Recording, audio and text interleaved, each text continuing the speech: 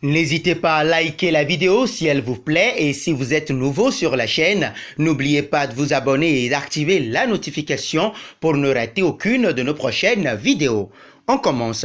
Une carrière de footballeur ne tient parfois qu'à un fil. Celle d'Emmanuel Eboué aura été faite de bas et de haut, car des hauts, l'ex-défenseur d'Arsenal et de la sélection ivoirienne en a connu pas mal. Lui qui a fait les belles heures des Gunners en Angleterre, où son nom est bien connu. Des bas, l'ancien rock des éléphants en a malheureusement connu aussi, et vous voyez bien à quel épisode on fait allusion. Deux stars de renommée mondiale au divorce, à la faillite et à la solitude infinie, Eboué a connu une terrible descente aux enfers il y a quelques années. Voici comment l'ex-coéquipier de Didier Drogba s'est remis en selle depuis cet épisode. Une carrière faite de haut et de bas. Complet, vif, puissant et polyvalent, Emmanuel Eboué fait partie de la lignée des grands défenseurs africains. Pur produit du réputé centre de formation de la SEC Mimosa, il débarque sur le sol européen du côté de Beveren en 2002. Le natif d'Abidjan avait toutes les qualités requises pour exceller au poste de défenseur. Et d'ailleurs, les débuts en Belgique sont tout bonnement remarquables. Très rapidement, il s'impose comme un maillon incontournable de la formation belge au point de susciter l'intérêt des recruteurs d'Arsenal dès sa deuxième saison, au cours de laquelle il parviendra à se hisser avec son équipe en finale de la Coupe de la Belgique. Débarqué en Angleterre en 2005 après s'être fait une solide réputation en Belgique, Eboué ne connaît aucun problème d'adaptation et finit par s'inscrire dans la durée chez les Gunners.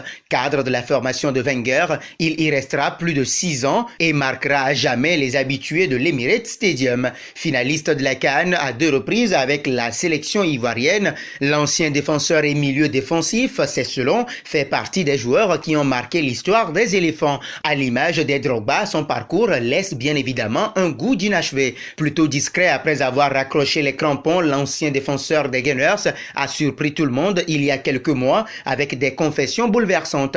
De la gloire et des projecteurs, il est passé à la faillite et à la perte de quasiment tous ses biens. Bref, l'envers du décor d'une carrière footballistique et ses millions à foison. Je n'ai personne auprès de moi, je me sens abandonné, j'étais bien avec mes enfants, ma famille et aujourd'hui je me retrouve tout seul. Le football est ingrat, ce n'est plus le talent, c'est l'argent, le business. Ça fait mal. Je ne mets pas la télévision chez moi parce que quand je regarde, je vois mes amis jouer, je suis content pour eux, mais au fond de moi, je pleure, racontait-il. Eboué a entrevu le bout du tunnel. Ruiné et au bord de l'irréparable il y a quelques mois, Eboué a fort heureusement remonté la pente. Dans la galère, il avait reçu le soutien de son ancienne équipe d'Arsenal, mais aussi de Galatasaray. Il est d'ailleurs chargé du recrutement pour le compte du club stambouliote.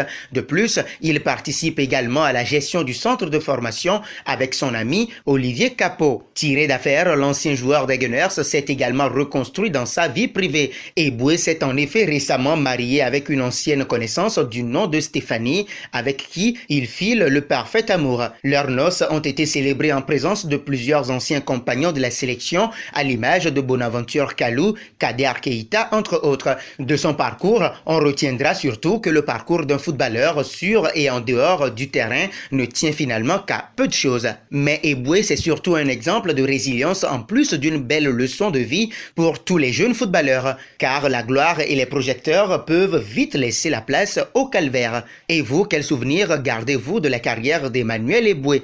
Vos avis nous intéressent en commentaire.